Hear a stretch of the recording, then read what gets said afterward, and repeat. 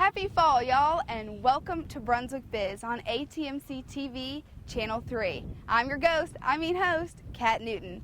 Brunswick County is full of spectacular and spooktacular events, so this month we find out what's going on with Indigo Farms, Community and Schools Thrift Shop, Grisset Town Longwood Fire and Rescue, and Old South Tour Company. Follow us as we connect Brunswick County one business at a time.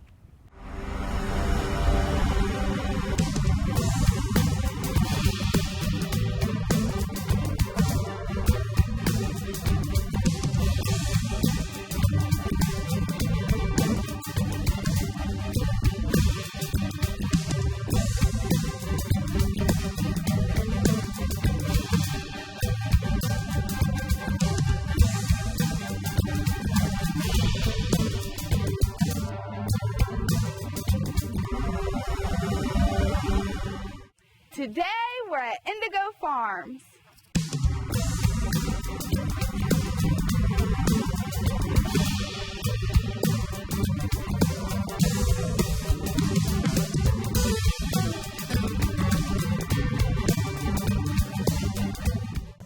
Here we are at Indigo Farms. I'm here with Sam Bellamy, one of the owners of the farm.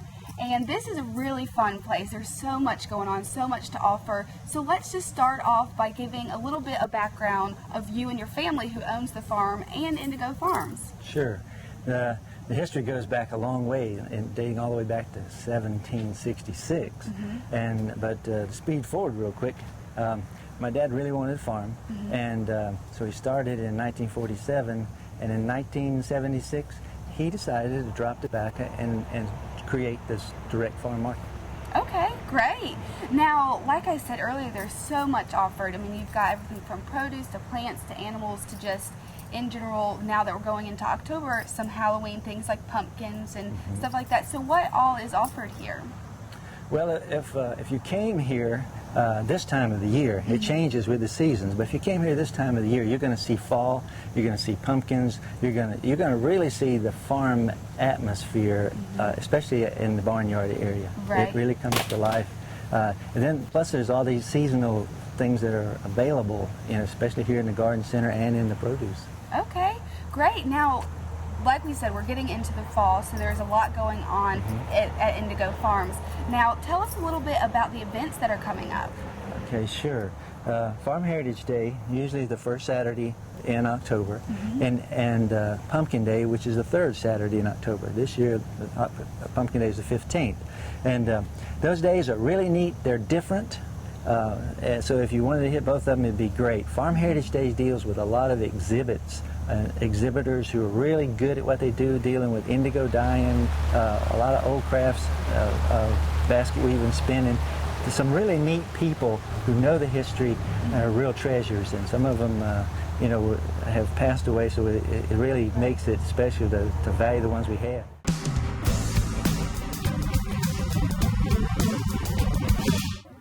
We're here at the Communities and Schools Thrift Shop in Sunset Beach. We wanted to put together a few creative Halloween costumes, so let's go inside and see what we can find.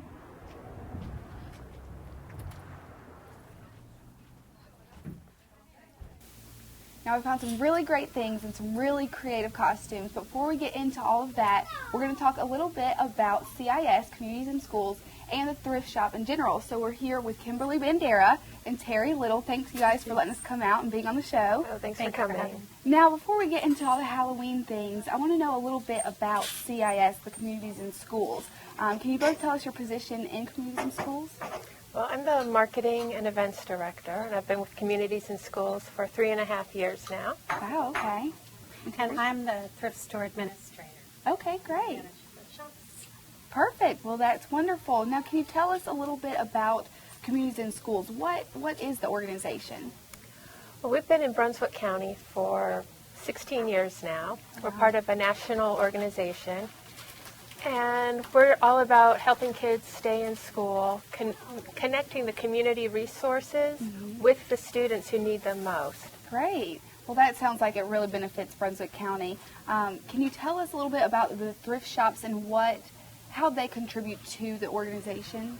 Well, because we've had cuts in grants and other funding, the thrift stores have really added to our revenue stream, and that's what allows us to continue providing services. Okay, so it does a lot for the organization. Yeah. Well, that's great. And what do you see CIS doing to Brunswick County? What has it done to benefit us as a community? Well, we've got some great programs. We've got dropout prevention program called Action for Success, which really works one-on-one with students who are in need of additional help. We have our after-school program. We've got parenting education programs, teen court, peer court, and we train volunteers to help work in the schools with the kids. Great. Well, it sounds like we do a lot with CIS, and they do a lot for Brunswick County, so it's really great to have such a great organization here in our community. So thanks for all you do. But can you tell us a little bit about this thrift store, and what, and just kind of in general, can people find here? Well, this thrift store has been here for 2 years. Our anniversary sale is coming up on October 1st, so we're excited about that. The thrift store has clothing. We accept furniture, sporting goods equipment, pretty much lots of purses, shoes, housewares. So kind of a wide array.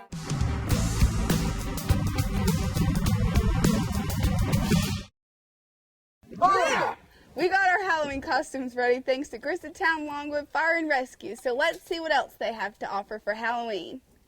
We're here with Chief Tal Grissett of Grissettown Longwood Fire and Rescue. Thanks for letting us come out. We're excited to hear about your fire station, but specifically about this haunted trail that you guys have going on. So can you tell us a little bit about the haunted trail? How did you get the idea to start it, and why? The trail started about 3 years ago. We used to do the turkey shoots and fundraising stuff through the fall. The price of meat and the prizes got higher, as everybody knows, and shotgun shells, and people quit coming out. We had bad weather the last couple of years. People couldn't come out. So we had a meeting and decided, well, let's do a haunted trail. And it kind of spurred off from that meeting, and said, well, we threw the first one together in 30 days. Wow. And it's kind of just grown from that. Yeah, well, that's wonderful. Now tell us, where does this money go that's raised through the haunted trail? The money that is raised comes back to the fire department. It helps us buy supplies and equipment to serve the community better.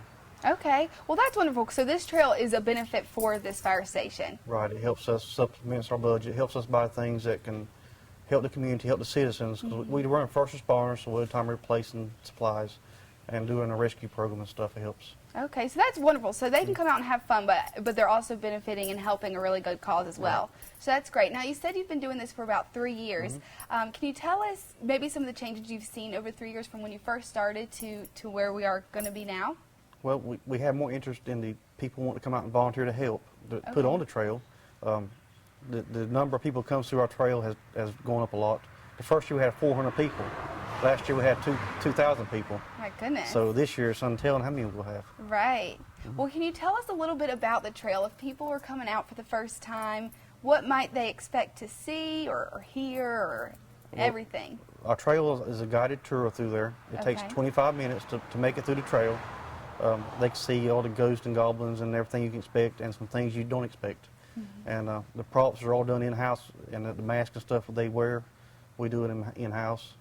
Wonderful. So you guys do it all from start to finish. Right. Great. Now, what is the cost to get into the haunted trail? It's $7 this year. We try to keep the cost down, so we want people to come out and enjoy themselves. And we get our money back because it costs a little bit to buy some things we do. Right. But $7 per person. Yeah, that's wonderful. I mean, that's a great price. I know there's some places around here that are way more than that. And I hear this is the best and that it's going to a great cause. That's wonderful. Right. Can you tell us now, saw something, y'all got some award for, I guess, pretty much how great you guys were. So can you tell us about that? Yeah, we're pretty honored last year. WWAY does a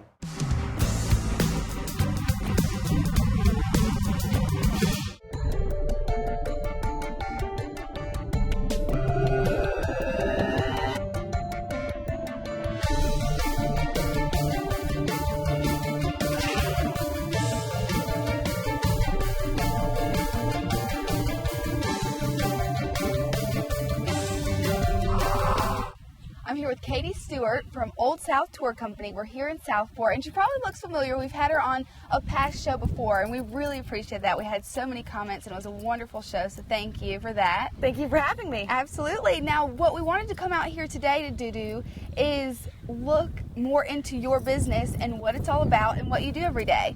So, can you first start off by telling us what do you do and how did you get started in this such a unique business? I actually do historic ghost walks. It's a way of making history a lot of fun and accessible to just about anybody in a family, whether it's the 65-year-old grandfather who's the history buff, or whether it's a 12-year-old boy who's less than stellar at social studies. It kind of is a way of preserving our oral history, tradition, and the great art of storytelling, and a little bit of history to boot. I actually started when I was a junior in college, just up the road at UNCW. I was actually a history major, and I've always been into history. I just decided somebody ought to be doing something similar to that in our area. About 2 o'clock in the morning, I realized I can do it.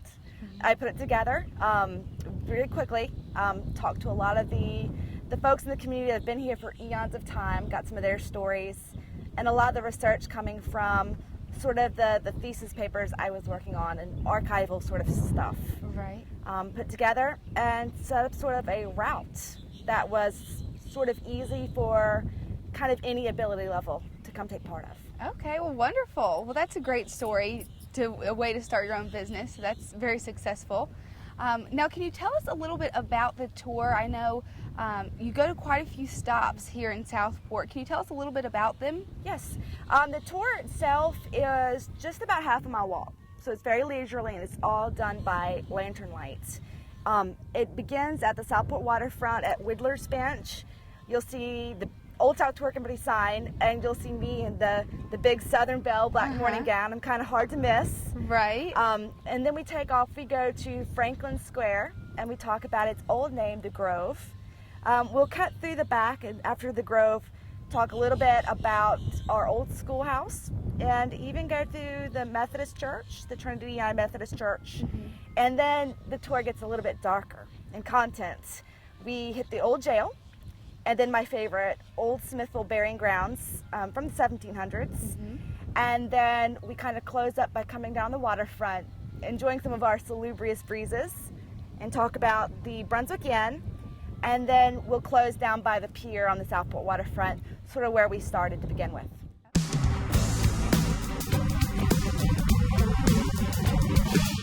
Thanks for joining us on this month's episode of Brunswick Biz, only on ATMC TV, Channel 3. I'd like to thank Indigo Farms, Community and Schools Thrift Shop, Grissettown Longwood Fire and Rescue, and Old South Tour Company. If you have any questions about today's show or would like to see a business on our show, give us a call at 910-755-1770. Be sure to join us next month and have a safe and happy Halloween.